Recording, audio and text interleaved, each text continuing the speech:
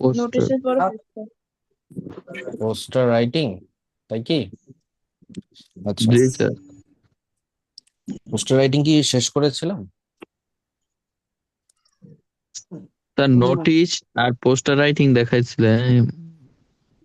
আচ্ছা আচ্ছা, poster writing দেখাই দিচ্ছি শুধু, তাই না? পোস্টার রাইটিং আমার মনে হয় শেষই করছিলাম নাকি? জি স্যার, ওই একটা টপিক দেয় যেটা আপনার একটা দিয়ে অনেকগুলা লেখা যায়, ওই দিয়ে বলেন 2-3টে টপিক, আর যে হ্যাঁ হ্যাঁ, বিষয়ে লিখবো ওই বিষয়ে 2-3টে টপিক দিয়ে এরকম বুঝাইছিলেন। আচ্ছা আচ্ছা। স্যার স্যার এটা বলছিলেন যে আপনি যেগুলো দিছেন তার সাথে আরো মানে হ্যাঁ, কয়েকটা লাইন যুক্ত করলে এটা পরিপূর্ণ হবে। হ্যাঁ আচ্ছা তো হ্যাঁ, মিশরে যে বিষয়ে লিখবো ওই বিষয়ে। বুঝতে পারছি। মানে ওই রিলেটেড বিষয়ে কিছু এক্সট্রা লাইন দিয়ে ওইটার কম্বিনেশনে আমরা লিখতে বলছিলাম। হ্যাঁ, ঠিক আছে, রিলেটেড লাইন মোটামুটি 2টা তোমাদের। আর ওইটা 3টা। জি স্যার। হ্যাঁ, ঠিক আছে। আচ্ছা, তাইলে মোটামুটি আমরা জিনিসগুলো যতটুকু শেষ করছি, রাইটিং পার্টের এই দুইটা জিনিস। সেখানে আরো কিছু ছিল, তাই না? ওই যে তোমাদের অ্যাডভার্টাইজমেন্ট মেমো স্লোগান। তো অ্যাডভার্টাইজমেন্ট মেমো স্লোগানটা খুব বেশি ইম্পর্টেন্ট না। আমরা বলছিলাম যে তোমরা হচ্ছে শুধুমাত্র যদি ওখানে নোটিশ পোস্টার ভালো করে পড়ো, তাহলে যে কোনো একটা চলে আসবে এবং কমন পেয়ে যাবা। বাট নোটিশ পোস্টার 100-100 পড়তে হবে, যে কটা আমাদের সিলেবাসে আমরা দিব। হ্যাঁ, শর্ট সাজেশনে দিব, সেইখান থেকে সবগুলোই পড়তে হবে। আর এই যে আমি যেভাবে ফরম্যাট অনুযায়ী পড়াইছি, সেই অনুযায়ী লিখলে আসলে যেটাই আসুক না কেন পারবা, কোনো সমস্যা হওয়ার কথা না। আচ্ছা, আর এটাতে নাম্বার ছিল 4 মার্ক। এই হচ্ছে রাইটিং পার্টের এইটুকু আমরা পড়ছিলাম। আর গ্রামাটিক্যাল আইটেমে আমরা খুব সম্ভবত কি কি পড়ছি, আমরা একটু রিক্যাপ টানি। দাঁড়াও, আর্টিকেল পড়ছি, ডাব্লিউএইচ কোশ্চেন পড়ছি মেবি, তাই না? জি স্যার। জি আর্টিকেল, ডাব্লিউএইচ কোশ্চেন, এই দুইটাই মোটামুটি মনে হয় আমরা পড়তে পারছি নাকি? জি স্যার। আচ্ছা, ঠিক আছে। তাহলে এখন আমরা ছোটখাটো পরীক্ষা হয়তো নিছিলাম একটা কোশ্চেনে, তাই তো? সম্ভবত নিয়েছিলাম। ঠিক আছে, এখন তাহলে ঈদের পরবর্তী আজকে থেকে পরীক্ষাটা 21 তারিখ, তাই স্যার না? আচ্ছা স্যার, একটা কোশ্চেন ছিল। হ্যাঁ, কোশ্চেন বলো। স্যার, ফিজিক্স ডিপার্টমেন্টের তো রুটিন ওখানে দেয়া হয়নি। আচ্ছা, রুটিন দেওয়া হয়েছে কি হয়নি এগুলো আমরা পরবর্তীতে আলোচনা করি। আমি আমার সাবজেক্টটা নিয়ে একটু আগে শেষ করি, ঠিক আছে? আহ, আচ্ছা, এখন দেখো, আমার প্ল্যানিং হচ্ছে এখন গ্রামাটিক্যাল আইটেম আমাদের মোটামুটি অনেকগুলো কিন্তু এখনো বাকি। তো সেই জায়গা থেকে চেষ্টা করতে হবে যেন জিনিসগুলো আমরা আহ একটা টাইম পিরিয়ডের মধ্যে শেষ করে ফেলতে পারি, ঠিক আছে? এখন আমার স্যার, মতে আমি মনে করি কিছু টপিক আছে স্যার, যেগুলো সহজ, সেগুলো তো পড়ছি। একটু পরে সবাই একটু মিউট হই। আচ্ছা, আর কিছু টপিক আছে তুলনামূলক কঠিন বলবো না, বাট আমি বলবো কম্পারেটিভলি একটু কঠিন। তো সে কারণেই কিছু টপিক এখন যেগুলো মোটামুটি একটু পড়াশোনার বিষয় আছে, সেই জিনিসগুলো আমরা শুরু করতে চাচ্ছি। দুইটা টপিক যেটা পড়ছে এটা বেসিক্যালি আসলে খুবই সহজ টপিক ছিল।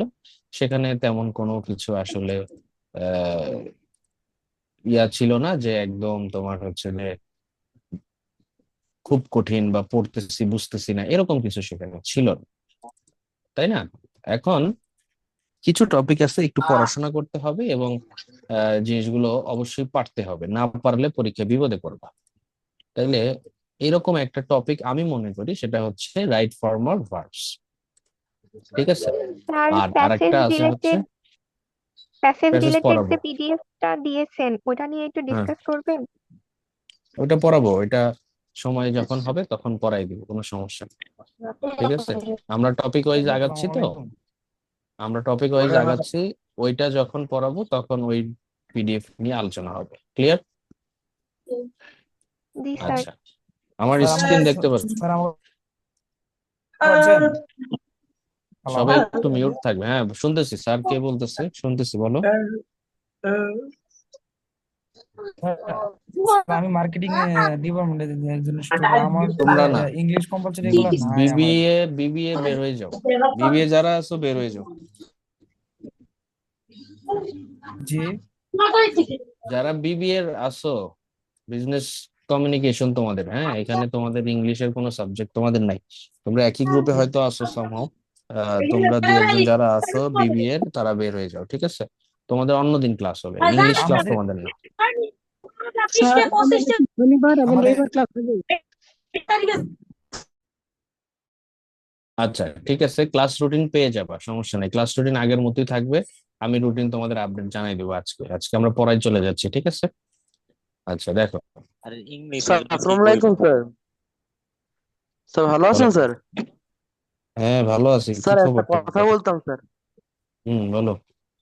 স্যার স্যার, বলছিলাম কি স্যার, আমাদের যে সোমবার থেকে স্যার পরীক্ষাটা হবে স্যার, ওইটার রুটিনটা কি স্যার মানে কালকে পেয়ে দিয়ে দিবে পরীক্ষা হওয়ার যাবেন? আগেই রুটিন পেয়ে যাবে, কোনো সমস্যা নেই।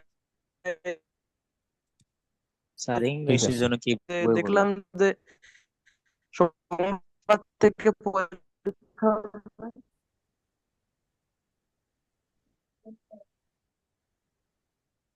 স্যার আর পরীক্ষাটা কোন টপিকের উপর স্যার একটু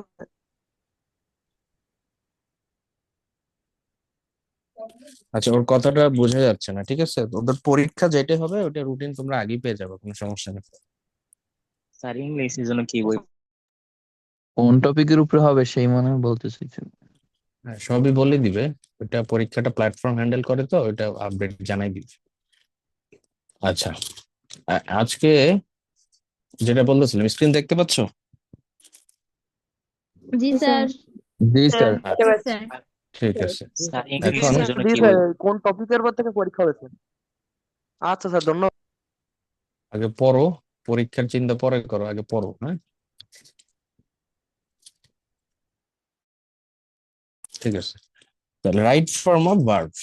এখন এটার সাথে এটা পড়ানোর আগে একটা কথা মাথায় একটু ভালো করে ডিপলি নিতে হবে, সেটা হলো রাইট ফর্ম অফ ভার্বস এর সাথে মোটামুটি বলবো যে 90%ই হচ্ছে কানেক্টেড তোমাদের কারেকশন যে টপিকটা আছে, ঠিক আছে? তাহলে দুইটা টপিক, একটা হচ্ছে রাইট ফর্ম অফ ভার্বস আর একটা হচ্ছে কারেকশন। আর দুইটার তোর টোটাল মার্কস কত হয়? 10, তাই না? একটাতে 5 আর একটাতে 5।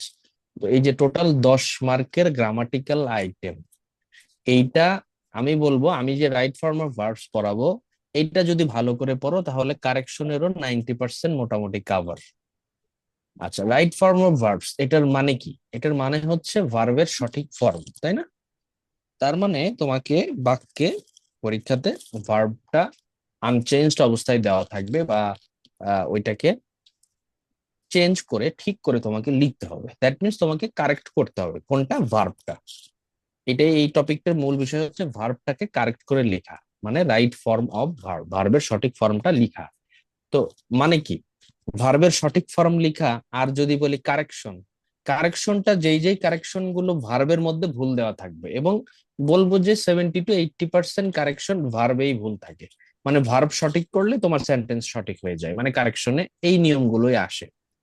তো ওই জায়গায় তোমাকে ভার্বকে সঠিক করতে হচ্ছে, আর ওইটার নিয়মটা কি? সেটা নিয়ম হচ্ছে রাইট ফর্ম অফ ভার্বস এর মধ্যে আছে।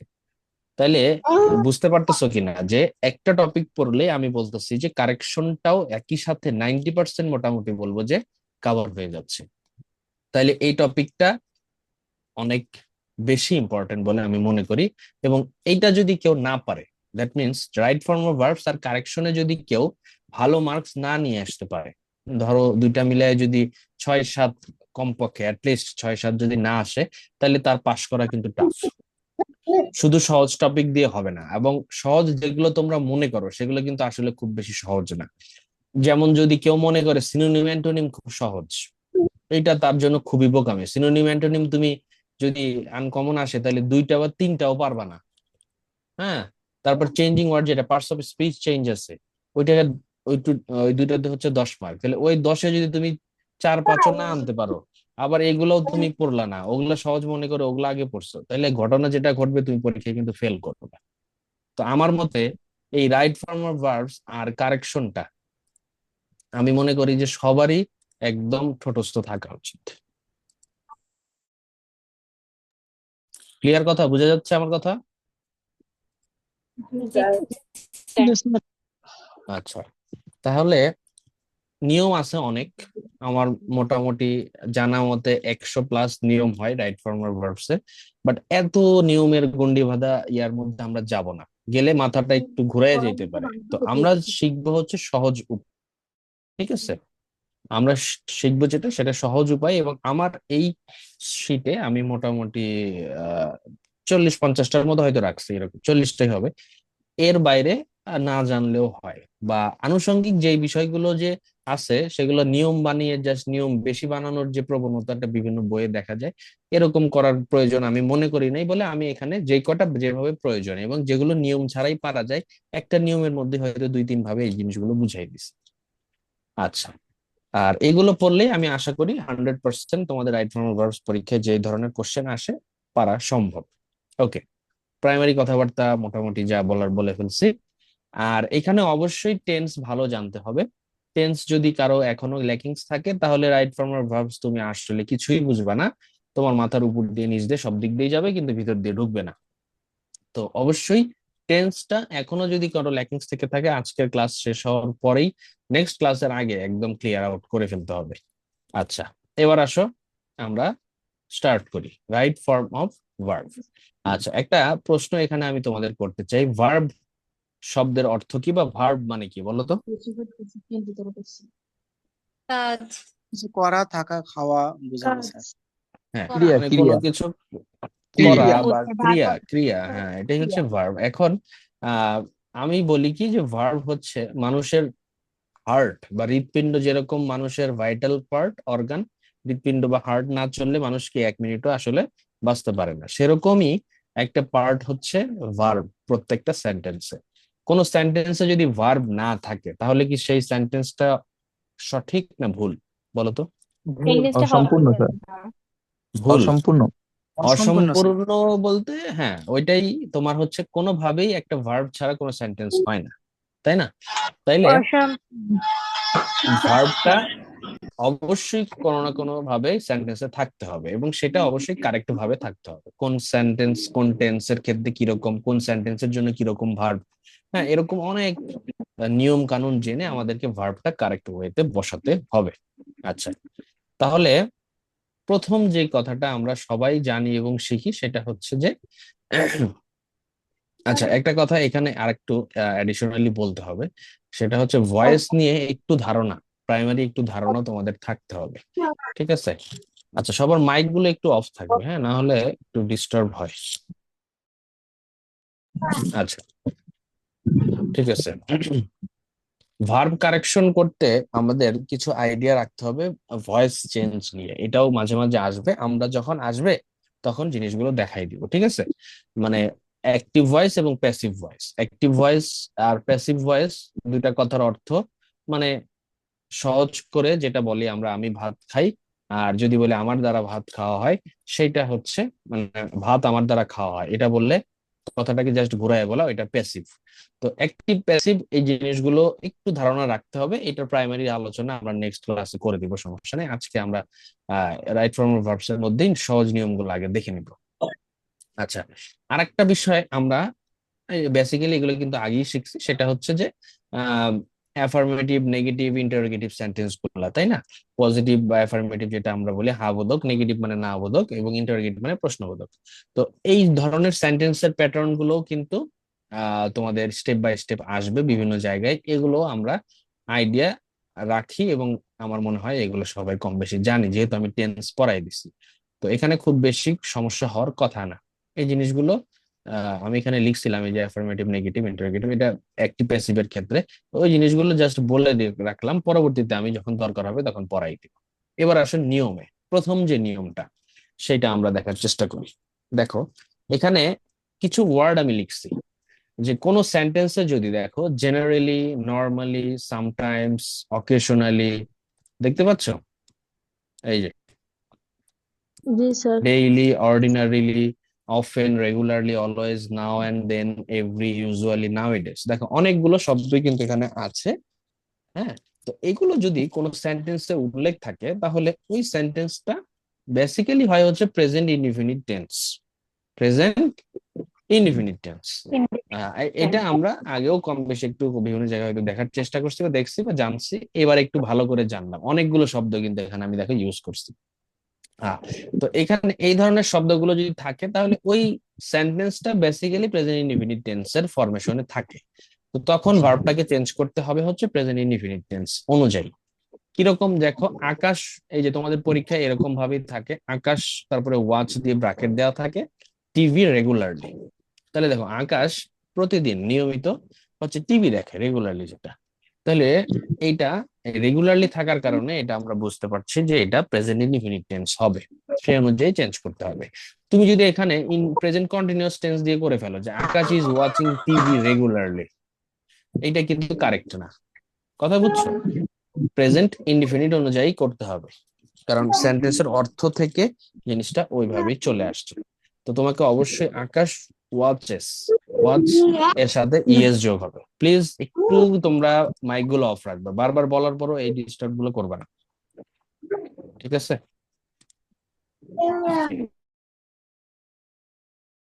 তাহলে দেখো রেগুলারলি থাকার কারণে এখানে আমরা ওয়াচেস মানে ভার্বের শেষে এস বাই ইএস যোগ হচ্ছে, যেহেতু first person third person singular number আমাদের সাবজেক্ট। আচ্ছা, এরপরে আসো। আচ্ছা, এটা কি মাইক অফ হয় না নাকি আমি বুঝি না, জানি না।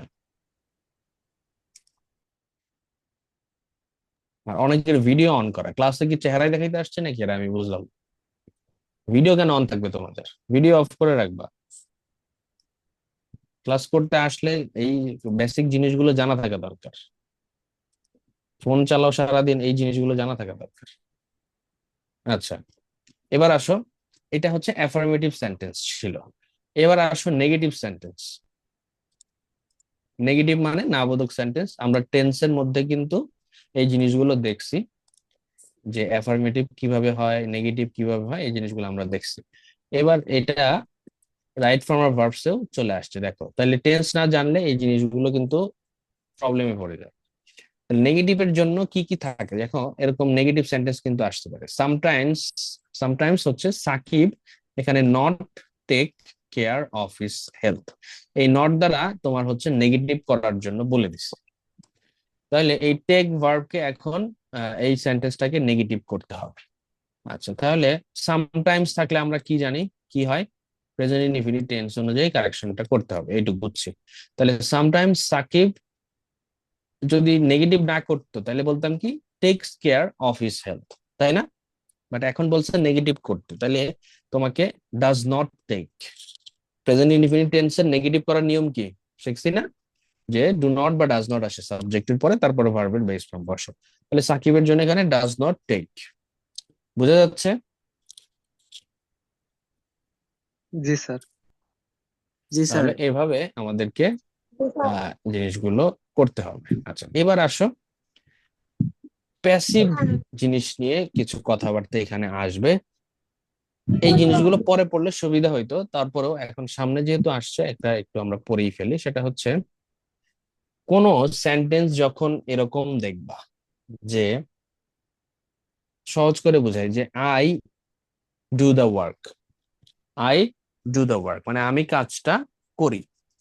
নর্মালি কি সেন্টেন্স গুলো এরকমই হয়, সাবজেক্ট থাকে, ভার্ব থাকে, অবজেক্ট থাকে, তাই না? আচ্ছা, এখন আমি যদি এই সেন্টেন্সটাকে ঘুরে বলি, খেয়াল করো যে the work is done by me. কি বলছি? The work is done by me মানে আমার দ্বারা কাজটা হয়েছে, নাকি? ওই জি স্যার। কথাটাকে ঘুরে বললাম, আমি কাজ করি, আমি কাজটি করি আর আমার দ্বারা কাজটি হয়েছে। তো ঘুরে বলার পরে ওইটা প্যাসিভ হয়ে গেছে। আর আমি যদি বলতাম the I would do the work, তখন এটা অ্যাক্টিভ ছিল। তাহলে সেন্টেন্স দেখে কি বোঝা যাবে কিনা? ধরো আমি এই বাই মি কথাটা লিখলাম না, না লিখে আমি বললাম the work is done. By Mita আমি জাস্ট উজ্জ্ব রাখলাম। উজ্জ্ব বলতে বুঝাইলাম যে না কারো দ্বারা হয়েছে, আমার দ্বারা হইতে পারে, যে কারো দ্বারা হইতে পারে, বাট কাজটা হয়ে গেছে মানে কারো দ্বারা হয়ে গেছে। তাহলে এই যে দা ওয়ার্কটা কি ছিল আসলে বলো তো? একটা অবজেক্ট ছিল না? জি স্যার। হ্যাঁ, তাহলে অ্যাক্টিভ সেন্টেন্সে যেটা অবজেক্ট, প্যাসিভে সেইটাকে বানানো হয় কি সাবজেক্ট, তাই সাবজেক্ট। না? হ্যাঁ, এইটুক কিন্তু জি আমরা স্যার। এই দুইটা সেন্টেন্সের উদাহরণ থেকে বুঝলাম। তাইলে এখানে ওই বাই মি কথাটা যখন অনেক সময় উল্লেখ না থাকে, বা বাই সামওয়ান বা বাই এটা সেটা, তখন অনেক সময় আমরা প্যাসিভটা অনেক সময় ধরতে পারি না।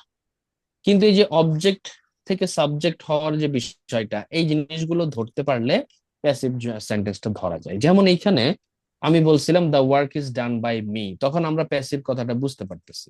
কিন্তু যদি বলি দ্য ওয়ার্ক, এই যে ডু ইউজুয়ালি, দেখো দ্য ওয়ার্ক ডু ইউজুয়ালি, এখন এই যে কাজ দ্য ওয়ার্ক, এইটা দেখো সাবজেক্টে বসে গেছে। এখন কাজ কি কিছু মানে সাবজেক্ট অনুযায়ী কাজকে বসানো যায়? মানে কাজ তো কারো দ্বারা করতে হবে, কাজ তো কাউকে করতে পারবে না নাকি? তাহলে কাজ জি কিন্তু স্যার। ইটসেলফ সাবজেক্ট হইতে পারে না। এটা কখন হবে? যখন প্যাসিভ ভয়েসে হবে, তখনই এটা সাবজেক্ট অনুযায়ী বসতে পারে, যে দা ওয়ার্ক মানে কাজটা কারো দ্বারা হয়েছে। তাহলে এখানে দেখো বাই মি কথাটা কি উল্লেখ আছে, বা বাই সামওয়ান কথা কি উল্লেখ আছে এই সেন্টেন্সটাই? না স্যার। নাই। তো এইটা অনেক সময় বুঝতে তোমাদের কঠিন লাগতে পারে যে এখানে বাই সামওয়ান তো নাই, তাইলে এটা কি প্যাসিভ? না, সবসময় যে বাই সামওয়ান থাকবে এটা কিন্তু ম্যান্ডেটরি না, এটা উজ্জ্ব থাকতে পারে। বাট এখানে সেন্টেন্স দেখি তোমাকে বুঝতে হবে যে দা ওয়ার্ক সাবজেক্ট হিসেবে বসছে, তাহলে এটা প্যাসিভ ফর্মে তোমাকে হচ্ছে সলিউশন করতে হবে। তাইলে দেখো প্যাসিভ করার নিয়মগুলো আমরা পরে দেখবো, এইটুকু আজকে জাস্ট বলে রাখবো। সেটা হচ্ছে the work is done usually. হ্যাঁ, প্রেজেন্ট ইনডিফিনিট টেন্সের ক্ষেত্রে ইজ ডান কেন হইলো? হ্যাঁ, প্রেজেন্ট ইনডিফিনিট টেন্সের প্যাসিভ করার সময় সেটা ইজ ডান কেন হয়, সেটা আমরা অ্যাক্টিভ প্যাসিভের একটা সুন্দর শীট কালকে দেখবো, দেখে ওই জিনিসগুলো একদম সহজ করে মাথায় নিয়ে নেবো, ঠিক আছে? আচ্ছা, আপাতত জাস্ট একটু একটাই দেখায় রাখি, আমরা নেক্সট ক্লাসে অবশ্যই আবার আলোচনা করব। তাহলে ফার্স্টের নিয়ম চলে গেল যে কিছু কিছু ওয়ার্ড আমরা দেখলাম এখানে, জাস্ট এইটুকু নোট করো তোমরা। কিছু কিছু ওয়ার্ড আছে যেগুলো থাকলে আমরা প্রেজেন্ট ইনডিফিনিট টেন্স অনুযায়ী এটাকে কারেক্ট করবো, তাই না? এই যে এই ওয়ার্ড গুলো জেনারেলি, সামটাইমস, অকেশনালি, এগুলো থাকলে এইটুকু জাস্ট এখান থেকে নোট করার ছিল।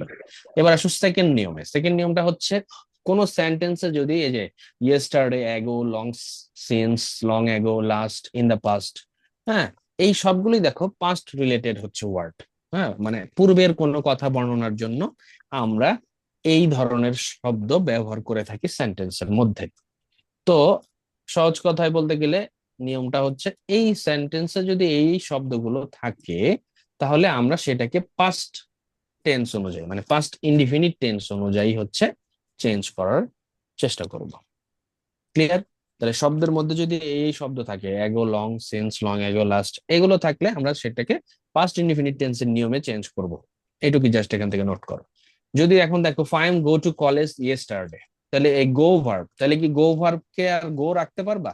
ইয়েস্টারডে থাকার কারণে সেটাকে চেঞ্জ জি করে না কি স্যার। লিখতে হবে? সেটাকে লিখতে হবে ওয়েন্ট, তাই ওয়েন্ট। না? হ্যাঁ, এখন যদি বলি যে নেগেটিভ করো, জি স্যার। নেগেটিভ করলে সেটা হয়ে যেত ডিড নট গো, তাই না? তো নেগেটিভ করতেও বলতে পারে, সেটা নট গো ব্র্যাকেটে লিখে দিবে, তাহলে বুঝতে হবে তখন নেগেটিভ করতে হচ্ছে। আমি প্র্যাকটিসের সময় এগুলো দেখবো, কোনো সমস্যা নেই। আচ্ছা, এবার আসো 3 নম্বর নিয়মে চলে যাই, কারণ এখানে আমরা প্যাসিভের নিয়মগুলো পরে দেখবো। এই যে দেখো প্যাসিভের নিয়ম আছে, এগুলো আমরা পরে দেখবো, কারণ প্রত্যেকটার সাথে প্যাসিভ জিনিস কানেক্টেড থাকে, এবং প্যাসিভ ভয়েস থেকে তোমাদের একটা বা দুটো অনেক সময় দেখা যায় আসে। তো এই জিনিসগুলো জানতে হবে, সেটা অ্যাক্টিভ প্যাসিভ একটা ক্লাসে আমরা পুরোটা ক্লিয়ার করবো। এখন প্রাইমারি যে নিয়মগুলো সেগুলো জাস্ট দেখতেছি, যে দুইটা টাইপের শব্দ দেখছে। এবার থার্ড টাইপের শব্দ আছে যেগুলো থাকলে আমরা বলবো ফিউচার টেন্সে কালেক্ট করতে হবে। তাহলে একটা শিখলাম প্রেজেন্ট ইনডিফিনিট টেন্স করতে হবে কোন কোন শব্দ থাকলে, আর একটা শিখলাম হচ্ছে পাস্ট ইনডিফিনিট কোনটা। এখন আসতেছে ফিউচার ইনডিফিনিট কিভাবে। টুমরো, নেক্সট, তারপর দেখো letter on, soon, in future, future time, এই ধরনের শব্দগুলো যদি কোনো সেন্টেন্সে থাকে, তাহলে ওই সেন্টেন্সের ভার্বটাকে ফিউচার ইনডিফিনিট টেন্সের নিয়মে আমরা কি করব? চেঞ্জ করব। ঠিক আছে? তাহলে দেখো জিম কাম হেয়ার টুমোরো, মানে জিম আগামীকাল এখানে আসবে, তাহলে টুমোরো থাকার কারণে এটা কোন টেন্স? Future indefinite tense. এবং ফিউচার ইনডিফিনিট টেন্সের গঠন কি? সাবজেক্ট প্লাস শ্যাল অথবা উইল প্লাস V1, তাহলে Jim will come here tomorrow, তাই না? জি স্যার। জি স্যার। আচ্ছা, তাহলে কিছু কিছু শব্দ যেমন এগুলো আমাদের পরিচিত, টুমোরো এই জিনিসটা আমাদের পরিচিত, এটা আমরা পারতেছি। যদি ধরো এই যে সুন কথাটা আসতো, এই যে সুন, সীমা কাম রাউন্ড সুন। তাইলে এই সুন কথাটা আমরা অনেক সময় কিন্তু না জানলে জানতামই না, তো বাক্যে দিয়ে রাখছে, তখন কিন্তু ফিউচার ইনডিফিনিটে চেঞ্জ করতে হবে, এটা তোমার মাথায় আসতো না। তাই বুঝতে পারছো? তো এই জিনিসগুলো, শব্দগুলো মাথায় কি করতে হবে, মনে রাখতে হবে। ক্লিয়ার? জি স্যার। ওকে, তাহলে 4 নম্বরে চলে যায়। 3টে নিয়ম আমরা কিন্তু দেখে ফেলছি। এইবার আসো 4 নাম্বার থেকে হচ্ছে মাথা খাটানো শুরু করতে হবে। ক্লিয়ার? দেখো, কোন সেন্টেন্সে দেখো যদি নাও থাকে, তারপরে থাকে যদি অ্যাট দিস মোমেন্ট, তারপরে থাকে যদি ডে বাই ডে, সবগুলোই মনে রাখতে হবে। Day after day, gradually, rapidly, continuously এবং অ্যাট প্রেজেন্ট। আর এই প্রত্যেকটা শব্দের অর্থ যদি করো, নাও মানে এখন, অ্যাট দিস মোমেন্ট মানে এই সময়, ডে বাই ডে মানে দিনের পর দিন, ডে আফটার ডে ওটাও একই কথা। হ্যাঁ, তারপরে গ্র্যাজুয়ালি মানে ক্রমাগত ভাবে, র্যাপিডলি মানে তাড়াতাড়ি, হ্যাঁ, তারপরে কন্টিনিউয়াসলি হচ্ছে চলমান ভাবে, এট প্রেজেন্ট মানে বর্তমানে। তো সবগুলো শব্দই বুঝাই হচ্ছে একদম বর্তমানে চলছে এরকম কোনো ঘটনার বর্ণনায় ব্যবহৃত হয়। এই শব্দগুলো বর্তমানে চলছে এরকম কোনো ঘটনার বর্ণনায় ব্যবহৃত হয়। তাহলে এই যে চলছে বর্তমানে, এই ধরনের শব্দ কোন টেন্স হয় বলো তো? আমরা শিখছি না, টেন্স পড়ছি না? Present continuous tense. Present Continuous। Continuous tense হয়। হ্যাঁ, তাহলে যদি দেখো শব্দে এই ধরনের সেন্টেন্সে এই ধরনের শব্দ উল্লেখ আছে, তাইলে ওই সেন্টেন্সটাকে আমাদের করতে হবে হচ্ছে প্রেজেন্ট কন্টিনিউয়াস টেন্সের ফরমেশনে চেঞ্জ ভার্বটাকে। তাহলে দেখো, এই যে শর্মি রিড দ্য বুক নাও, এখানে নাও কথাটা উল্লেখ আছে না? তাইলে জি স্যার। জি স্যার। এইটা, এই রিড ভার্বটাকে তখন প্রেজেন্ট কন্টিনিউয়াস টেন্সে তোমাকে চেঞ্জ করতে হবে। তাহলে Sharmi is reading the book now. Sonia এখানে নেগেটিভ করতে বলছে, not read the text rapidly. এই যে র্যাপিডলি থাকলেও কি হয়, আমরা শিখছি প্রেজেন্ট কন্টিনিউয়াস। তাহলে এখানে নট দিয়ে নেগেটিভ করতে বলে দিছে, তাহলে সোনিয়া ইজ নট রিডিং, তাই না? আচ্ছা, Shahana change her behaviour gradually. এই যে গ্রাজুয়ালি কথাটা এখানে চলে আসছে।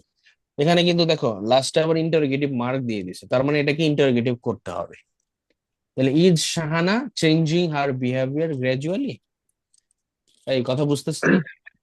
জি স্যার। আচ্ছা জি স্যার, স্যার। তাইলে ফোনিয়া নট ড্যাশ রিড, ওই নট রিড একসাথে ড্যাশ হবে, এই ব্র্যাকেটে হবে না? হ্যাঁ, তোমাদের এইটা একটু অন্যভাবে দিয়েছি আমি। তোমাদের থাকে হচ্ছে এই নট রিড রিড একসাথে দিয়ে ব্র্যাকেট দেয়, বুঝছো? ব্র্যাকেটে। এটা আরো সহজ জি বুঝতে স্যার। পারবে তো। জি স্যার। হ্যাঁ, ওই একই কথা। নটটা আগে দেওয়া হয়েছে, এটা মিস্টেক হয়েছে। রিড এর সাথেই নট রিডটা দিয়ে দিবে যাতে নেগেটিভ বুঝতে পারো। তো ক্লিয়ার? Okay sir. জি স্যার। ইন্টারোগেটিভ এর ক্ষেত্রে কিছুই দিবে না, জাস্ট ইন্টারোগেটিভ একটা মার্ক দিয়ে দিলেই হয়ে যাবে। এই যে কোশ্চেন মার্ক দিয়ে দিলেই তোমাকে বুঝতে হবে যে এটা ইন্টারোগেটিভ ভাবে আমাকে চেঞ্জ করতে হবে। ক্লিয়ার? জি স্যার। আচ্ছা, এটা অনেক সময় অনেকে ভুল করে ফেলে, কোশ্চেন মার্কটা খেয়াল করে না, কারণ অ্যাফার্মেটিভ সেন্টেন্সের ফরমেশনে চেঞ্জ করে ফেলে, তখন আসলে এটা ভুল হয়ে যায়। আচ্ছা, তাহলে নাম্বার 5-এ চলে যায়। এই আজকের নিয়মগুলো এই ধরনের খুব মজাদার নিয়ম, যে শব্দগুলো থাকলেই কিন্তু শব্দের বাক্যের ইয়াটা চেঞ্জ হয়। স্যার এই রুলস গুলা যদি গ্রুপে দিয়ে দেন তাহলে আমরা কালেক্ট করা একটু সহজ হতো আমাদের জন্য। হ্যাঁ, গ্রুপে দিয়ে দিব, এই শীটটাই দিয়ে দিব, কোনো সমস্যা নেই। Okay sir, thank you. আচ্ছা, এবার আসো কোন সেন্টেন্সে যদি এই ধরনের শব্দগুলো পাও, এটা খুবই ইম্পর্টেন্ট এবং একটা না একটা এটা থেকে আসবে। এবার খুব খেয়াল করে দেখো, জাস্ট অথবা জাস্ট নাও, শুধু নাও না, এখানে কি দেখো, জাস্ট নাও, এটা কিন্তু দেখতে হবে। শুধু নাও থাকলে এক হিসাব, আবার জাস্ট নাও থাকলে আর এক হিসাব। আচ্ছা, এরপরে আসে yet, ever, lately, recently, already. সবগুলো শব্দই খুব মনোযোগ সহকারে মনে রাখতে হবে, পড়তে হবে। হ্যাঁ, just, just now, yet, ever, lately, recently এবং অলরেডি, এগুলো থাকলে অবশ্যই সেটাকে প্রেজেন্ট পারফেক্ট টেন্স অনুযায়ী কারেকশন করতে হবে। কোন tense? Present perfect. Present perfect tense. এবার যদি বলি প্রেজেন্ট পারফেক্ট টেন্সের স্ট্রাকচার বলো, প্রেজেন্ট পারফেক্ট টেন্সের নেগেটিভের স্ট্রাকচার বলো। হ্যাঁ, প্লাস প্লাস ভার্বের তাহলে ভিতরে প্লাস দেখো, যদি কেউ টেন্স না পারি তাহলে কিন্তু নর্মাল চেঞ্জই পারবা না, পরবর্তীতে তো ভেজালও চেঞ্জ আছে, সেগুলো তো আসবেই আবার মাঝখানে মাঝখানে। হ্যাঁ, তো টেন্স না জানলে আসলে সম্ভব নয়, কাজেই টেন্স গুলো ক্লিয়ার করে ফেলি। যেটা বলতেছিলাম, তাহলে এই শব্দগুলো দেখো, কোন সেন্টেন্সটা যদি আমরা খেয়াল করি, Majeda already make a plan. তাহলে দেখো এখানে কোন শব্দ, এখানে মাঝখানে এই যে অলরেডি কিন্তু আছে দেওয়া। তাহলে অলরেডি থাকলে আমরা জানি সেটাকে প্রেজেন্ট পারফেক্ট টেন্স। তাহলে Majeda already has made a plan, তাই না? মেকের এটা হয়ে যাবে হ্যাজ, আর মেকের পাস্ট পার্টিসিপল হচ্ছে made, has made a plan. আচ্ছা, তারপরে দেখো she not yet finish the work. তাহলে ইয়েট কথাটা উল্লেখ আছে, ইয়েট থাকলে আমরা জানি প্রেজেন্ট পারফেক্ট টেন্স। তাহলে শি নেগেটিভ করে দাও, হ্যাজ নট, ফিনিশের past participle finished the work, yet, ইয়েটটা মাঝখানে থাকবে, she has not yet finished the work. অথবা ইয়েট পরেও দেওয়া থাকে অনেক সময় সেন্টেন্স, মানে যেখানে দেওয়া থাকে সেভাবে তোমাকে ইউজ করতে হবে। বুঝতে পারতেছি? জি স্যার। স্যার তাহলে এই যে মাজেদা একটু নিচে হ্যাঁ, নামান স্যার। হ্যাঁ, মাজেদা অলরেডি তাহলে has already made a plan এভাবে করলেও হবে না? হ্যাজ অলরেডি মেড এ প্ল্যানও দিতে পারো। আর এখানে কিন্তু অলরেডি তুমি যে কোনো জায়গায় বসাতে পারো, কোনো সমস্যা নেই।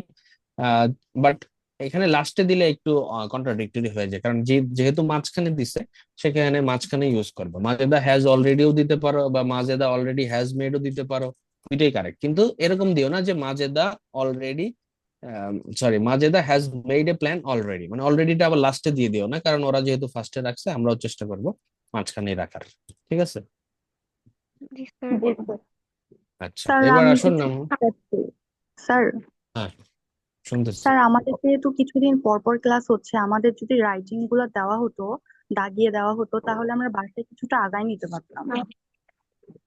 আচ্ছা, হ্যাঁ, রাইটিং আমরা সিলেবাস মানে সাজেশনটাই দিয়ে দিব তোমাদের খুব শীঘ্রই। হ্যাঁ, সাজেশন পেয়ে গেলেই তোমরা খুব শীঘ্রই ওইটা দেখে দেখে পড়া শুরু করে ফেলতে পারবা।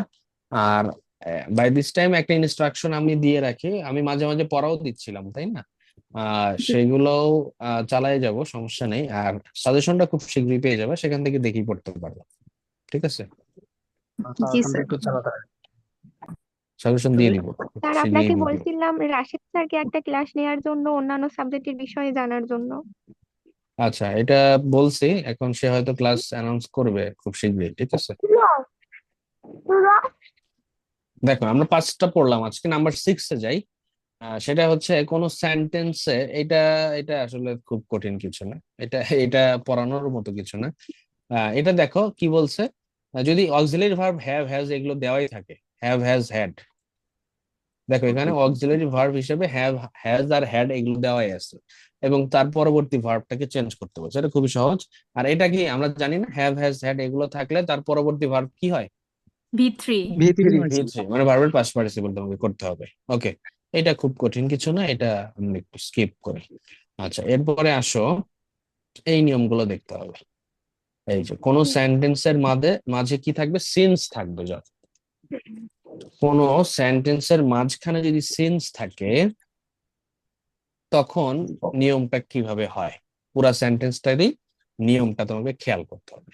তো সিন্স থাকলে দেখো কি হয়, সেটা হচ্ছে প্রথম পার্টটা, সিন্সের আগের পার্টটা থাকবে হচ্ছে প্রেজেন্ট ইনডিফিনিট অথবা প্রেজেন্ট পারফেক্ট। কি বলছি? প্রেজেন্ট ইনডিফিনিট অথবা প্রেজেন্ট পারফেক্ট। আর সিন্স থাকলো তারপরে অবশ্যই পাস্ট ইনডিফিনিট থাকবে। তাহলে সিন্সের আগে প্রেজেন্ট ইনডিফিনিট অথবা প্রেজেন্ট পারফেক্ট, পরবর্তীতে হচ্ছে পাস্ট ইনডিফিনিট। বুঝা গেছে? জি স্যার। আচ্ছা, এবার আসো। ও সরি সরি সরি, একটা একটু খেয়াল করো, এখানে একটু ভুল করছি। সেটা হলো এখানে পাস্ট পারফেক্টও আসবে।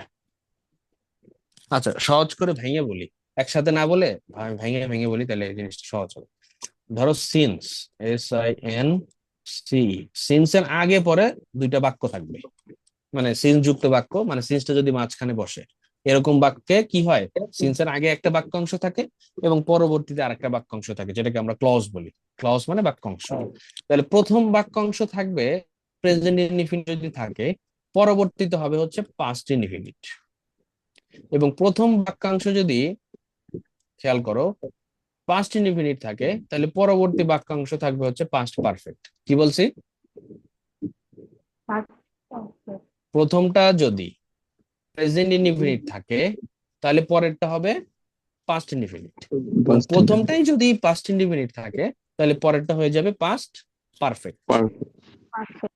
হ্যাঁ, এবার আসো প্রথমে যেটা বললাম, প্রথমে যদি প্রেজেন্ট ইনডিফিনিট থাকে পরেরটা পাস্ট ইনডিফিনিট। এখানে কোনো কোনো সময় প্রেজেন্ট ইনডিফিনিটও থাকে, আবার প্রেজেন্ট পারফেক্টও থাকে। কি থাকে?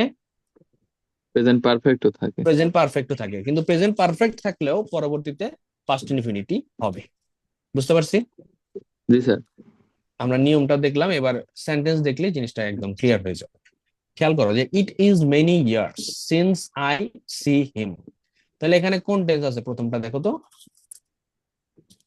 Indefinite sir. Indefinite. Present indefinite. তাহলে পরেরটা হয়ে যাবে হচ্ছে পাস্ট ইনডিফিনিটের গঠনে। Past তাহলে সি past indefinite. ভার্বকে জাস্ট পাস্ট করে দিলেই Him. হচ্ছে অ্যান্সার হয়ে যাচ্ছে, আই স হিম, তাই না?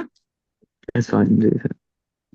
আচ্ছা, এরপরে আসো দেখো ইট ওয়াজ লং।